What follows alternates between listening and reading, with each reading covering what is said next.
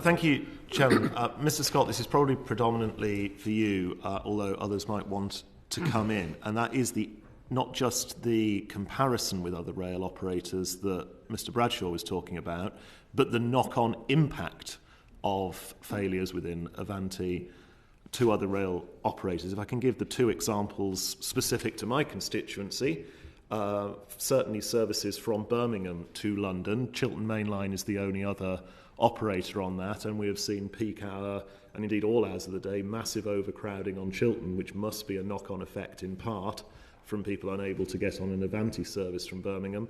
Likewise, lots of my constituents in the northeast of my constituency would go to Milton Keynes station and Bletchley station in the chairman's constituency, as well as using Cheddington and so on, where equally I'm hearing complaints of inability to get on those services. What coordination do you have with other operators?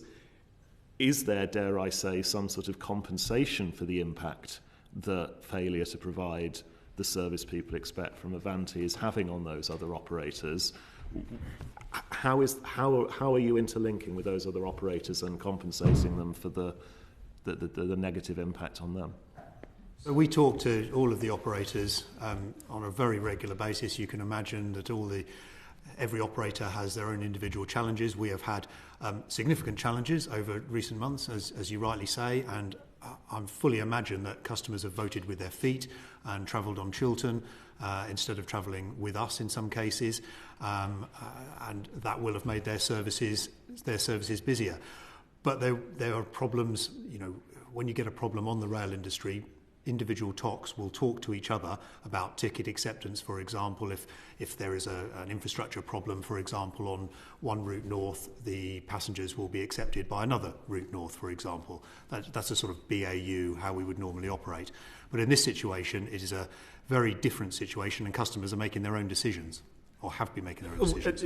But there must be some compensatory mechanism here. I heard from a constituent the other day forced to remain on the platform at Marylebone on a Birmingham Moor Street Chiltern service that stops at various Buckinghamshire stations because that train was so overcrowded. I'm not saying that is entirely Avanti's fault, but there's a position where you're getting other services in part into a position where they can't take those passengers who are choosing other because they're just too overcrowded. The trains are too full. It's like a rush hour tube, but on a mainline service. There must be some mechanism here. If people are choosing to buy a ticket with another operator, there would be no mechanism for us because they're getting the revenue from that ticket.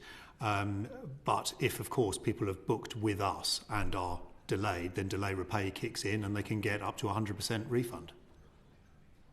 I would urge you to just reflect perhaps beyond the committee on the impact on other operators, leaving them, who equally have a finite amount of space on reliable services, to take the additional passengers. Yes, absolutely. I mean, this is, whenever there is disruption, this is a common occurrence. So we have had situations in the past where other train companies have been unable to carry passengers, and our services have been packed. But that's because we've been accepting their passengers on our services. We want to get people to where they want to go. Everyone in this room wants people to get to where they want to go. The railway tries to work together in these difficult circumstances. But if people choose to buy with another operator, then their relationship and their contract is with that operator, and there isn't an automatic compensation mechanism there.